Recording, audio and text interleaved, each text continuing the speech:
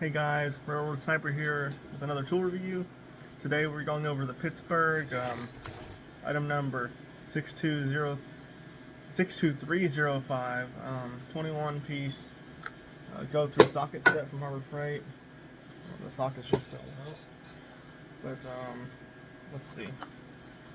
So this kit costs about $25. I believe when I got it a couple years ago it was only $20, so it's gone up a little bit. But you get no skip sockets all the way from 19 to 10, and you get 16th inch increments all the way from 3/4 down to 5/16. So that's pretty awesome. You also get a 3/8 adapter as well as a 1/4 inch bit adapter and a 3-inch extension, as well as of course the ratchet. It's got a comfort grip handle. I believe this is a 19 or a 17 millimeter, basically overbuilt box end wrench. So now we'll go through all the sockets and show you them individually. So it's really nice. They got them all roll stamped. Here's the 19. So here is the the 18. There we go. 17.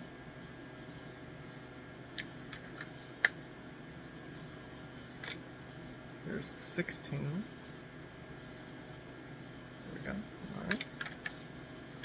Here is the 15. 14.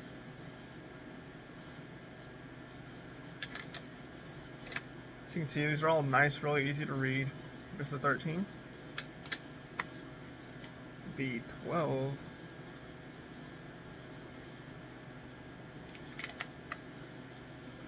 the let's see, 11,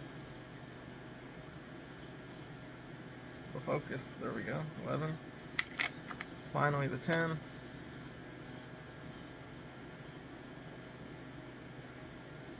alright, this is for the metric sockets.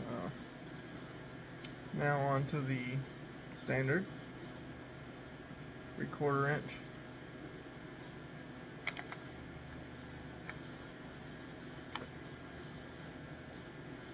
(11/16 of an inch), 5/8, 9/16,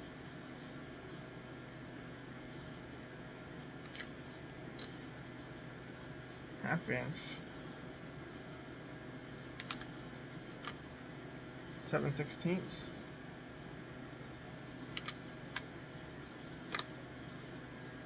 3/8, and finally here's the 5/16.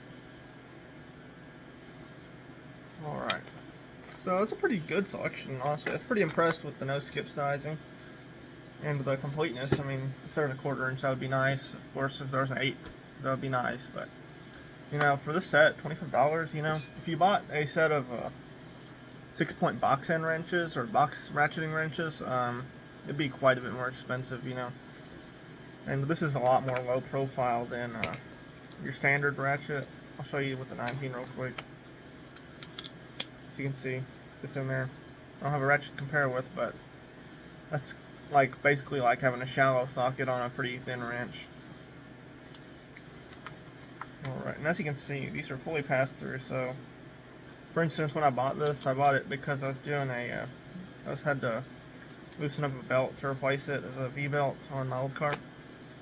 And the pulleys on those are not auto tensioned. They've got a really long stud, probably like a few inches in length, and a nut, and that's how you tension it. So I did not have ratcheting box wrenches at that time, and I wanted something like this. It's pretty nice. That would also work on much higher torque fasteners than your standard because it's got so much more leverage. It's a little stiff, but it's not too bad at all. As you can see, the extension's fully passed through as well. The only thing that is not passed through, I gotta sneeze. But Excuse me. The only thing that's not passed through is the 3/8 and 1/4 inch bit drive adapter. Also, something of note is that it's only going from one side, so if you want to use the 3/8, you push it in from the back side. If you want to use the 1/4 inch bit adapter, you gotta push it in from the normal side. Alright, now let us count the teeth. It says 72 tooth, and you know, I trust Pittsburgh, but it's always cool to see, you know. Let's get it pretty even. Okay, so 1, 2, 3, 4, 5, 6, 7, 8, 9, 10, 11, 12, 13, 14, 15, 16, 17, 18. That looks pretty straight to me. So, it's good to see. No lies there. And we'll be taking it apart as well, so you'll get a even better look.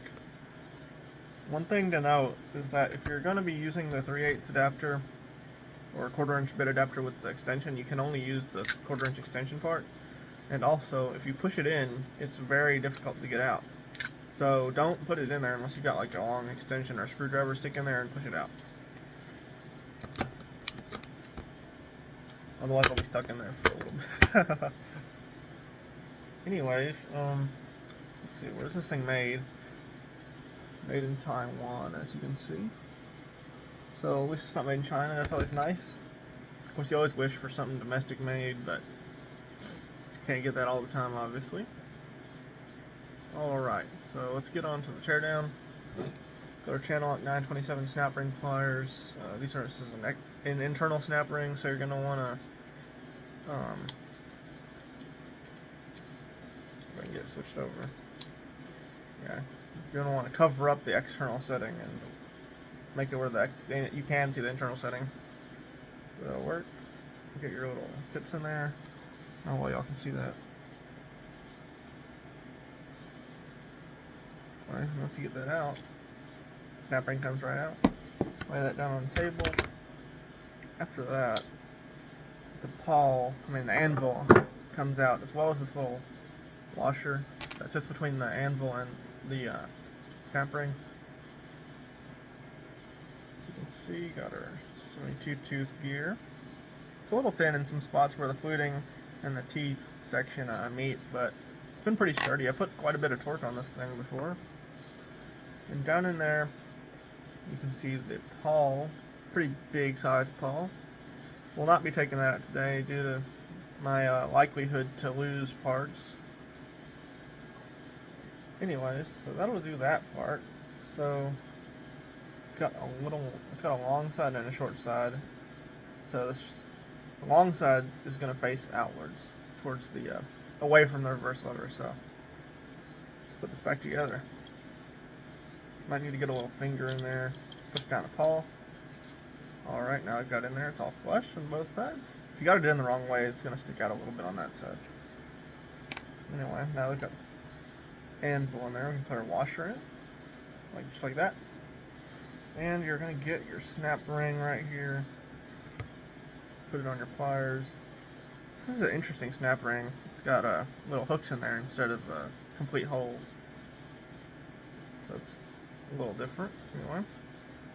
So line it up however you like. I'm going to try to line it up straight up and down. And there we go. That is it, parting together. So it's a pretty simple process, you know. Anyways, would I recommend this? I mean, like I said, I've had it for about 2 years. I've only used it like two or three times. However, it has come in handy when I needed it, and it's nice as a little, just like it comes in this little carrying case, and you can use that as storage for it. Keep it in a little tool bag with the rest of my automotive-related tools. And, you know, it works. It works pretty well. I've never had it break, like I said. And I put a decent amount of torque on it before. The main problem I have with it is that how stiff the ratcheting mechanism is, but I'm sure that could be helped with some lube. I mean, it's pretty well lubed from the factory, but it's just light oil. Maybe some a different type of grease or lube would work better. And also the reverse lever is the opposite of what I'm used to, but that's a pretty minor complaint. One thing a lot of people use these on is like bikes, because you know bikes for their wheels they've got studs, and sometimes those nuts are a little big. You need a little more leverage than your ratcheting box wrench can provide. But anyways, I say I recommend it. It comes with a lifetime warranty, and of course, if you know Harbor Freight's warranty, you bring it in. If they got it, you get one and walk out with a new one. It's pretty nice. No proof of purchase required. You just got to bring the tool in. I really like that it's got both SAE and metric, and I like the no skip sizing. It's pretty awesome, honestly. Anyways, that was this basic overview and teardown of my Pittsburgh, once again, item number 62305, 21-piece Go-Thru socket set. Thanks for watching, and I'll see you guys in the next video.